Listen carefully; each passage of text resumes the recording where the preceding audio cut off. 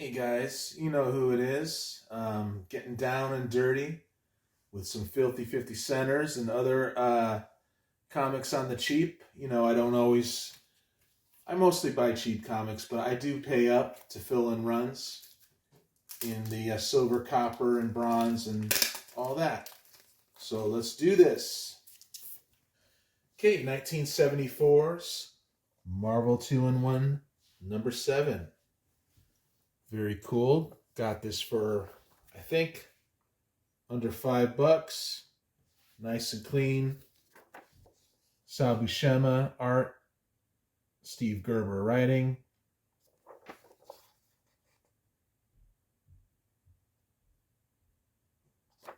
So yeah, been working on Marvel 2-in-1 and being pretty happy about it. Here's another one. Got this one for like $3. Number 9. Don't get me started on the number 9s. So yeah, Chris Claremont's was writing Marvel 2-in-1 in the mid 70s. I got this, like I said, for like $3. It's not as clean as the other one, but Herb Trimpe does the art.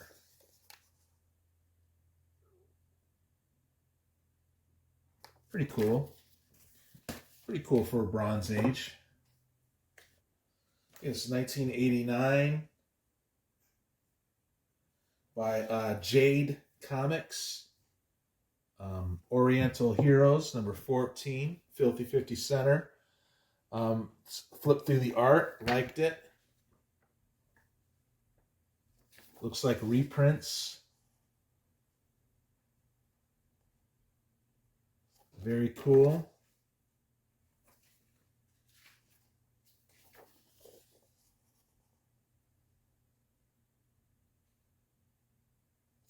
Yeah, I like it.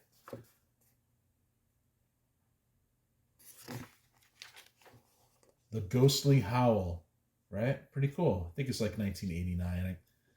It's got some fine print there. 1987. Neil Adams Continuity Comics. Armor. Filthy 50 Center. Low grade. Newsprint, though. Very cool. I try to grab the Continuity Comics from the 80s more than the 90s. I guess some of the 90s stuff was okay, I guess. I don't know. I'm still discovering it and looking through it. But yeah, cool stuff.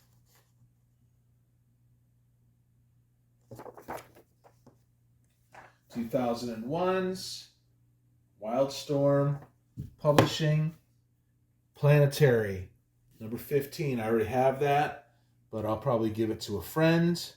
Probably easy comic reader. He seems to like these planetaries. Elijah Snow, drummer. I forgot one of the members' names. But yeah, it's really cool. I stopped reading these. I got to get back on them. I started over and then I stopped. Was it Hakeem or I don't know. I forget her name. But yeah, Planetary. 1982's Defenders, 115. I think J.M. DeMatteis writes this. A good run of Defenders. Got this for like $2.50 at a local comic shop.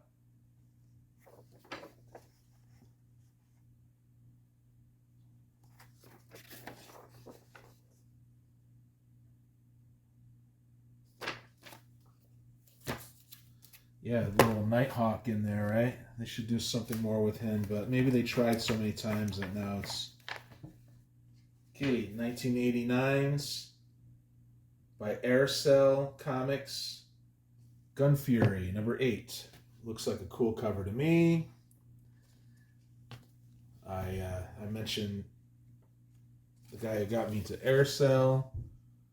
This is probably still a little later but maybe not. I don't know. Brian Blair does the layouts and the story. Someone else does the finishes, but it looks fun. I'll be giving this a good read.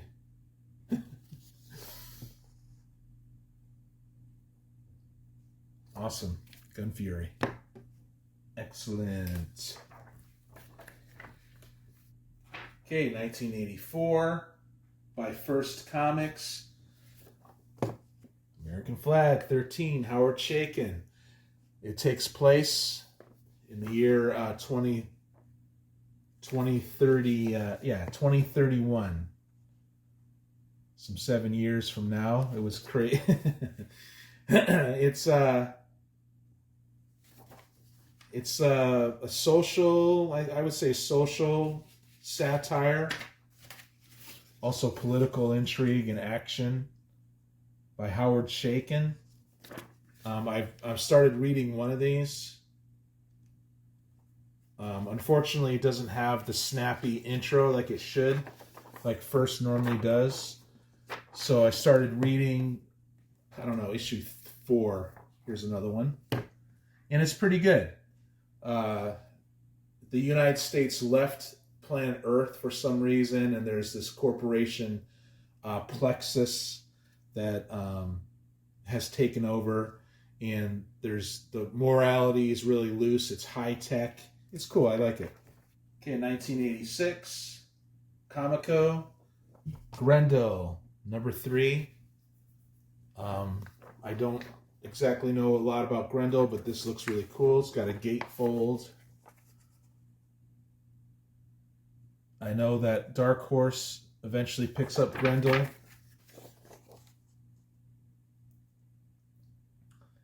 It has that late 80s feel, though. That's kind of goes into the 90s. I'm more of an early 80s. Early 80s, mid 80s. But, yeah. It's a cool cover. Definitely into it. 2003, Ultimate X-Men, 26. I'm not even sure why I show these. But I think the early 2000s, from 2000 to 2004. It seems to be worth flipping through and reading. Although I guess the art does get good here and there after that. Guys like Ben Oliver. Yeah, so, you know, Ultimate X-Men. Got another Oriental Heroes, number 15. Looks freaking BA, right? Badass. This is the, like, old school anime that I like. Ninja Scroll and Akira. I should rewatch Akira. I barely remember that. But yeah, it looks very kinetic and cool.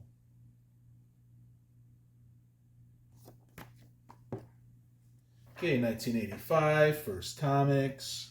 Badger number 8. You know, I probably have that, but I just picked up Badger. And I'm going to trade. I'm going to trade with my friends online. Badger is fun and worth reading. And we could get this stuff on the cheap now and really amuse ourselves more than a lot of modern comics that are out there. Depending on your sense of humor, right?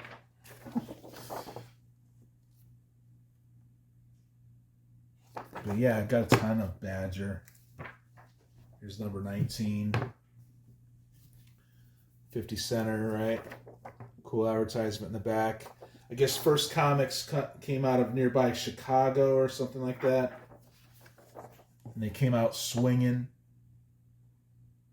with Mike Barron, you know, writing Badger.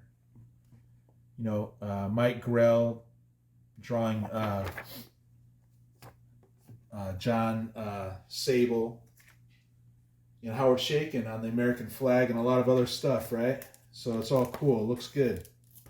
Here's, I think it's like 2019 or something.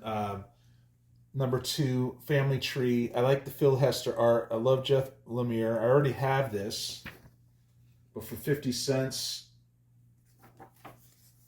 I'm going to give this to a friend. If you peeps are interested in trading, I will eventually do the blogspot. This is cool.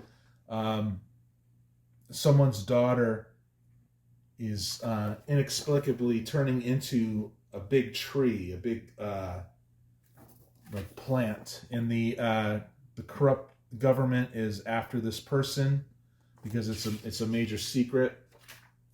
But yeah, it's good. It's good art. Good story. Okay, 1987, Dragon Ring, Air Cell. I guess Brian Blair has something to do with this one. I think Mike from Easy Comic Reader will be sending me more Dragon Ring. So I'm very excited about that.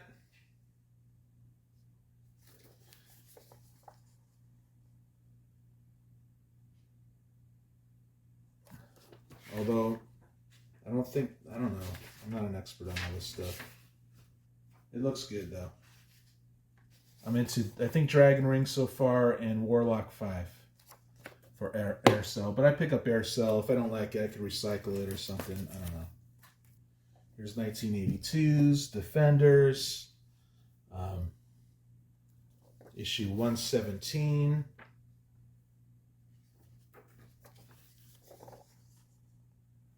Opening random pages, a similar creative team. The Gift.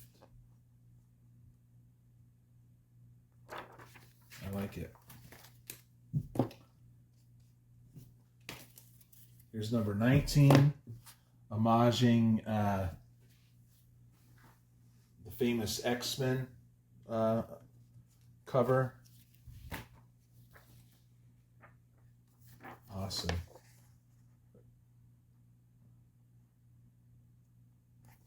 Art's a little better in this one.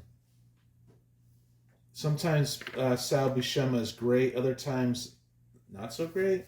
I don't know. He's definitely fun.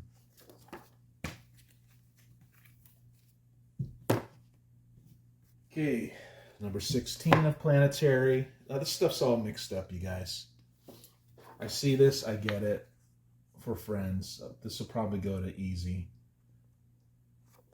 It's definitely high sci-fi concepts, really interesting stuff.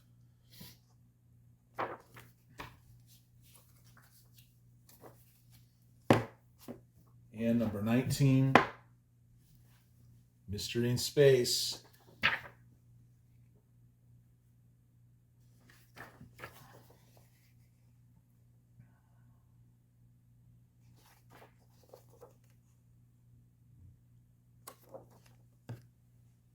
Here's 27.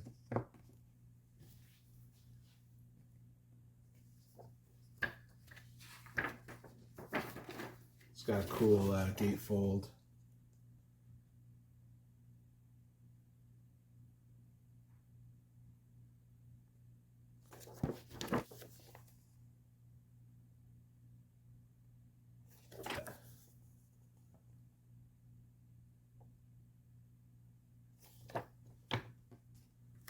Yeah, and Ultimate X-Men 73. Don't even know if I need to open that. B8's Howard Chaykin's American Flag number 6. I got a lot of these. And so far it's like I said, I tried to get into issue 4. Ran out of time. I couldn't finish it, but I'll finish it soon. And it does require you to read it, which is, I like that. It just doesn't tell you what's happening. You gotta just be present and read it. And it has all kinds of weird technology like simulates, and it's fun.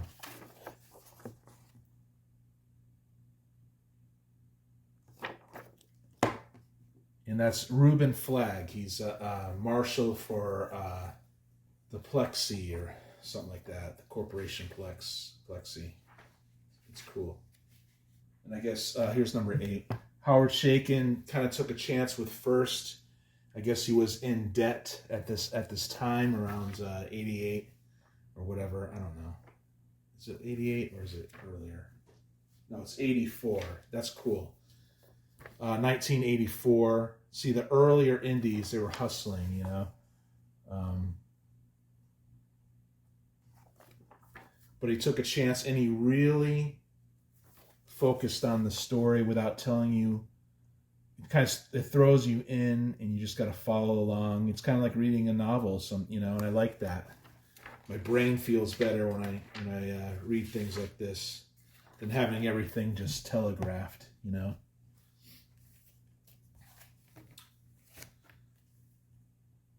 Okay, 1976, Marvel 2-in-1 Mobius. I think I got that one for $3, and I paid up about $5 for that in a different lot. This one, of course, is cleaner, so we'll take a look at that. Arv Jones and Dick Giordano does the art, which is cool. My guy Bill Mantlo is writing. I enjoy Bill Mantlo. At least his stuff in the 80s. This might be his earlier stuff. It is. So I remember reading a Micronauts that he started, and it was okay, but he seems to have matured. His writing style matures, kind of like Chris Claremont's did, as they approach the 80s and get into, deeper into the 80s. So yeah, I got doubles there. Goes to Friends. Okay, 1987's Aircell Comics, Dragon Force. Very cool. Issue 7, looking pretty good to me. All by Dale Kedwin.